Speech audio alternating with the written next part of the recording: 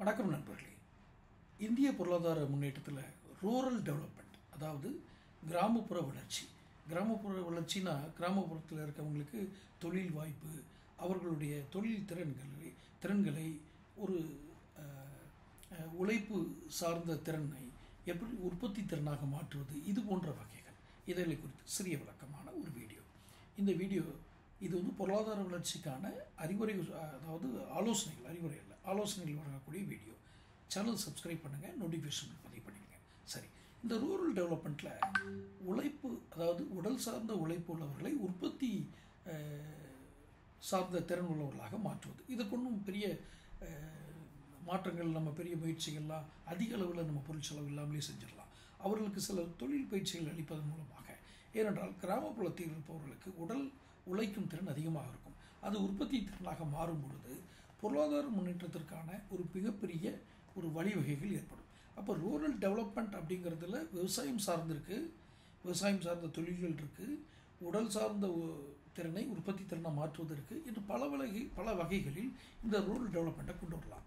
குறிப்பாக கிராமப்புறங்களில் இந்த நிறைய நிலங்கள் விளைநிலங்கள் அல்லாத, விளைச்சல் இல்லாத நிலங்கள் நிறைய இருக்கும்.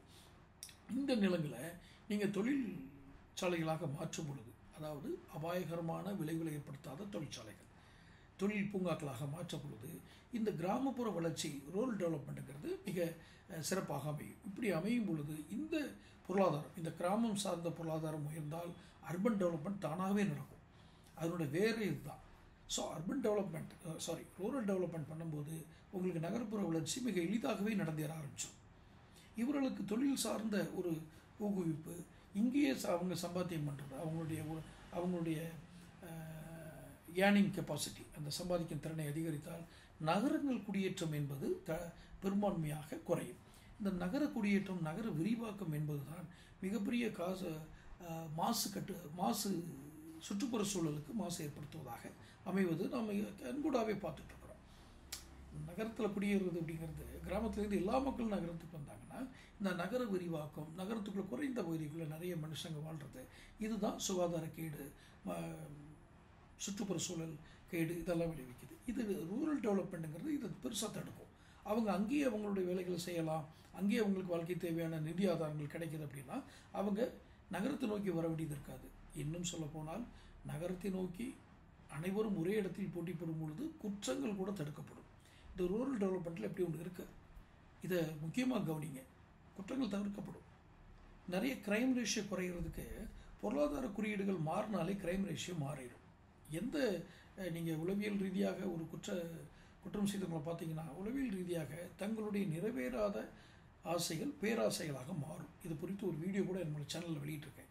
இந்த நிறைவேறாத ஆசைகள் பேராசைகளாக மாறும்போது தான் இது சமூக குற்றங்களாக மாறுது. ஸோ இந்த ரூரல் டெவலப்மெண்ட்டுங்கிறது ஒரு வகையில் மனித வளத்தை சீராக்கும் ஒரு செயலாகத்தான் இதை பார்க்க வேண்டும். இது பொருளாதார முன்னேற்றத்திற்கும் பயன்படுகிறது. இந்திய பொருளாதார இலக்கு 2047 $38 ட்ரில்லியன் இதை நோக்கி போகும்பொழுது இந்த ரூரல் டெவலப்மெண்ட்டும் ஒரு வகையாக இருக்குது. ஸோ இது குறித்து மேலும் வீடியோக்கள் சேர்வதற்கு தொடர்ந்து சேனல் சப்ஸ்கிரைப் பண்ணுங்கள், நோட்டிஃபிகேஷன் பில் பதிவு பண்ணுங்கள். அடுத்தடுத்த வீடியோக்களை சந்திப்போம். நன்றி.